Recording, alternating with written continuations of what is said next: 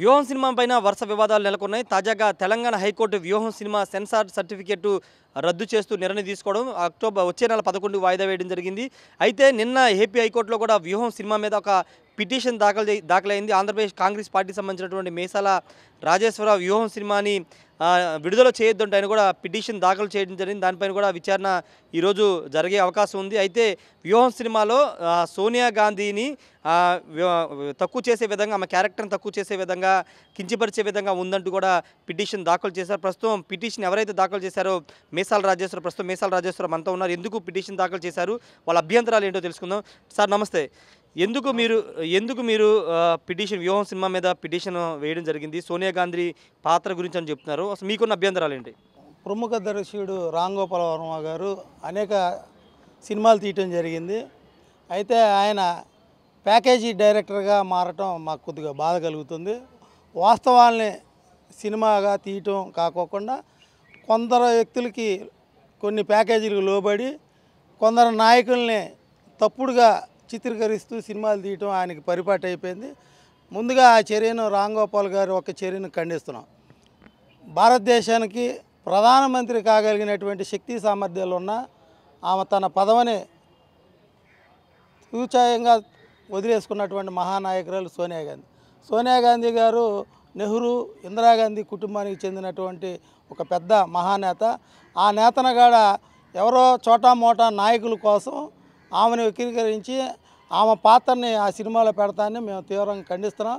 వాస్తవాలకు విరుద్ధంగా రామ్ గోపాల్ వర్మ గారు ఆ సన్నివేశాలు పెట్టాడనేది మా దృష్టికి వచ్చింది. ప్రీ రిలీజ్ ఫంక్షన్లో కూడా విజయవాడ మన ఇందిరాగాంధీ స్టేడియంలో కూడా ఆయన మాట్లాడటం జరిగింది. కాంగ్రెస్ పార్టీ ఒక చరిత్ర కలిగినటువంటి పార్టీ. ఆ పార్టీకి అధ్యక్షురాలుగా ఉన్నటువంటి సోనియా గాంధీ గారి యొక్క భావజాలాన్ని, ఆమె ఒక గొప్పతనాన్ని తప్పుడుగా ప్రచారం చేస్తూ ఆయన తీయటాన్ని మేము తీవ్రంగా ఖండిస్తున్నాం.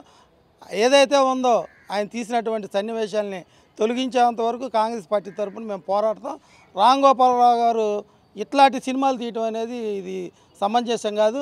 ఆయన ఏదో కమర్షియల్ మోటివ్గా ప్రజల్ని చైతన్యపరిచే విధంగా సినిమాలు తీయాలి, కానీ వాస్తవాలకు విరుద్ధంగా అసలు జరిగినటువంటి సంఘటనలో ఆయనకి రాజకీయంగా ఏమాత్రం అనుభవం లేనప్పటికీ ఎవరో చెప్పినటువంటి కట్టుకథల్ని, పెట్టుబడిదారుల మాటలు విని ఈ విధంగా ఒక జాతీయ పార్టీ మాజీ అధ్యక్షురాలని కించపరిచే విధంగా తీయటాన్ని ఏ ఒక్క కాంగ్రెస్ కార్యకర్త కూడా సహించబోడని చెప్పి ఈ సందర్భం చెబుతూ ఈ సినిమాని నిలుపుదల చేయడానికి మా శాయశక్తుల కాంగ్రెస్ పార్టీ తరఫున మేము కృషి చేస్తామని తెలియపరుస్తాం. అంటే సినిమా సంబంధించి వర్మ ప్రతి సందర్భంలో చెప్తున్నారు, ట్రైలర్ చూసి సినిమా ఎలా ఉందో మీరు ఎలా డిసైడ్ చేస్తారు, సినిమా మొత్తం చూసిన తర్వాత పాత్రలు వాటి తీరుతని ఎలా అప్పుడు డిసైడ్ చేయాలి, సినిమా చూడకుండా జస్ట్ 3 నిమిషాలు 4 నిమిషాలు ట్రైలర్ చూసి పాత్ర కించిపరిచామని మీరు ఏ విధంగా చెప్తారటు ఆయన చేస్తున్న వ్యాఖ్య?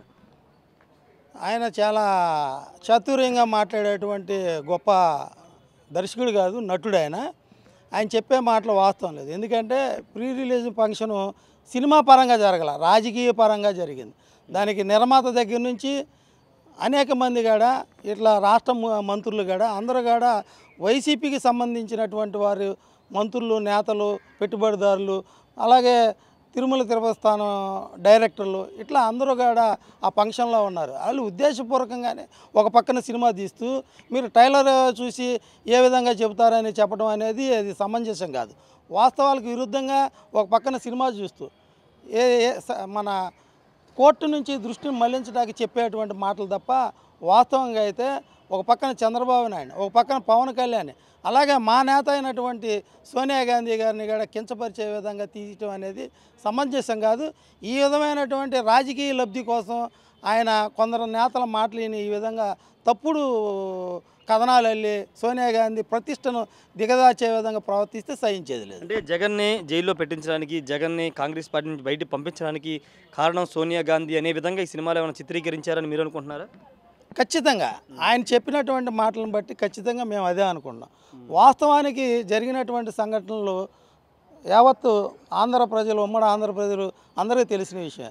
అది హైకోర్టులో శంకర్రావు ఎర్రమనాయుడు పిటిషన్ వేయటం మూలాన సిబిఐకి ఆ కేసు తరలించడం జరిగింది. తద్వారా జగన్మోహన్ రెడ్డి మీద కేసులు పెట్టారు. కానీ కాంగ్రెస్ పార్టీకి సోనియా గాంధీ ఫ్యామిలీకి ఏ విధమైనటువంటి సంబంధం లేదు. మా రాజశేఖర రెడ్డి గారు కుమారుడైనటువంటి జగన్మోహన్ రెడ్డి మీద ఎప్పుడు కక్ష సాధింపు లేదు. ఎందుకంటే రాజశేఖర రెడ్డి గారిని ఈ రాష్ట్రంలో కాంగ్రెస్ పార్టీ ద్వారానే పెరిగాడు తప్ప ఈ రోజున జగన్మోహన్ రెడ్డి ముఖ్యమంత్రి అయ్యాడంటే దానికి కారణం కూడా రాజశేఖర రెడ్డి కుమారుడుగానే, అలాగే జగన్మోహన్ రెడ్డి కూడా కాంగ్రెస్ పార్టీ పార్లమెంట్ సభ్యుడిగా కూడా వాళ్ళ కుటుంబం కాంగ్రెస్ ద్వారానే లబ్ధి పొందారు.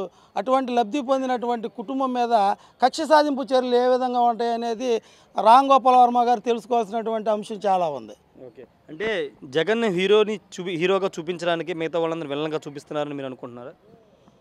జగన్ హీరోనా విలనా అనేది రేపు ఆ సినిమా వస్తే తెలుస్తుంది.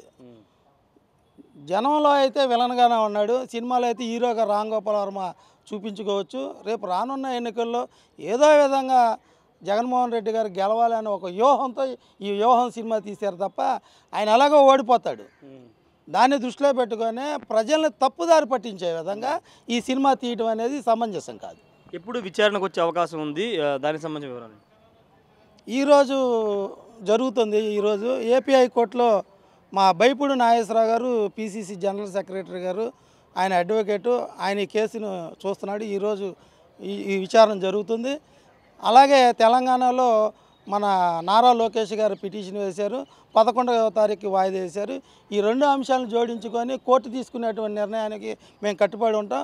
మేమైతే రామ్ గోపాల్ వర్మ గారి యొక్క అసత్య ప్రచారాన్ని తిప్పుకొట్టడానికి కాంగ్రెస్ పార్టీ తరఫున మేము సిద్ధంగా ఉన్నాం. ఒకవేళ షో కనుక మీకు కానీ మీ అభ్యంతరాలు ఉన్న వాళ్ళకి ఎవరికైనా షో వేస్తామంటే మీరు చూడడానికి సిద్ధంగా ఉన్నారా? నారా లోకేష్ కానీ వాళ్ళ తరఫున చాలామంది పిటిషన్లు వేశారు, కోర్టు కూడా నిన్న డైరెక్షన్ ఇచ్చింది. ఈ నేపథ్యంలో ముందస్తుగానే షో వేసి మీకు చూపిస్తామని చెప్తే మీరు చూడడానికి సిద్ధంగా ఉన్నారా?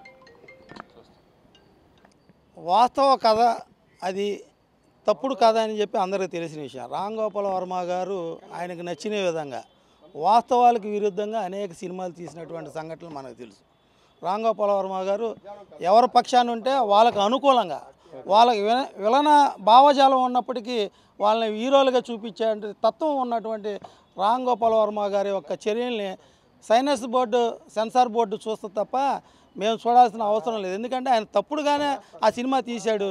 ఒకవేళ ఆయన సినిమా చూసి మేము చూడాల్సిన సెన్సార్ బోర్డు వారు చూసి నిజాలు నిగ్గ తేల్చాల్సినటువంటి అవసరం ఉంది. మేము సెన్సార్ బోర్డుని మేము డిమాండ్ చేస్తూ హైకోర్టులో అప్పీల్ చేయడం జరిగింది. Thank you sir. మొత్తంగా ఒకటే చెప్తున్నారు, రామ్ గోపాల్ వర్మ ఉద్దేశపూర్వకంగానే జగన్ని కొంత హీరోగా చూపించే ప్రయత్నం చేస్తున్నారని చెప్తున్నారు. సోనియా గాంధీని ఒక పాత్రధారిగా చూపించి సోనియా గాంధీ కారణంగానే జగన్ ఇబ్బందులు పడ్డాడు, జగన్ జైలుకి వెళ్ళాడనే కోణంలో సినిమాలు చూపించే ప్రయత్నం చేస్తున్నారని కాంగ్రెస్ పార్టీకి సంబంధించినటువంటి మేసాల రాజేశ్వర్ చెప్తున్నారు. పిటిషన్ కూడా ఆయనే దాఖలు చేశారు హైకోర్టులో. ఈరోజు విచారణ కూడా రాబోతుంది. ఆల్రెడీ తెలంగాణ హైకోర్టులో ఒక క్లియర్ డైరెక్షన్ వచ్చిన నేపథ్యంలో ఏపీ హైకోర్టు ఏం డైరెక్షన్ ఇస్తుందో చూడాల్సిన అవసరం ఉంది. సినిమాకి సంబంధించి ఖచ్చితంగా అభ్యంతరాలు ఉంటాయి. ఎందుకంటే సోనియా గాంధీకి కానీ లేకపోతే జగన్ జైలుకి వెళ్ళడానికి సోనియా గాంధీకి కానీ కాంగ్రెస్ పార్టీకి ఎలాంటి సంబంధం లేదు. అప్పుడు ఎర్రమనాయుడు టీడీపీ నేత ఎర్రమనాయుడు శంకర వీళ్ళు కేసు వేస్తే హైకోర్టులో సిబిఐ ఎంక్వైరీ జరిగింది తప్పించి సోనియా గాంధీకి కానీ కాంగ్రెస్ పార్టీకి ఎలాంటి సంబంధం లేదని మేసాల రాజేశ్వరరావు చెప్తున్నారు. ఇప్పుడు కేవలం కాంగ్రెస్ పార్టీని విలన్ చేయడం, సోనియా గాంధీని విలన్ చేసే ప్రయత్నం రామ్ గోపాల్ వర్మ చేస్తున్నారు.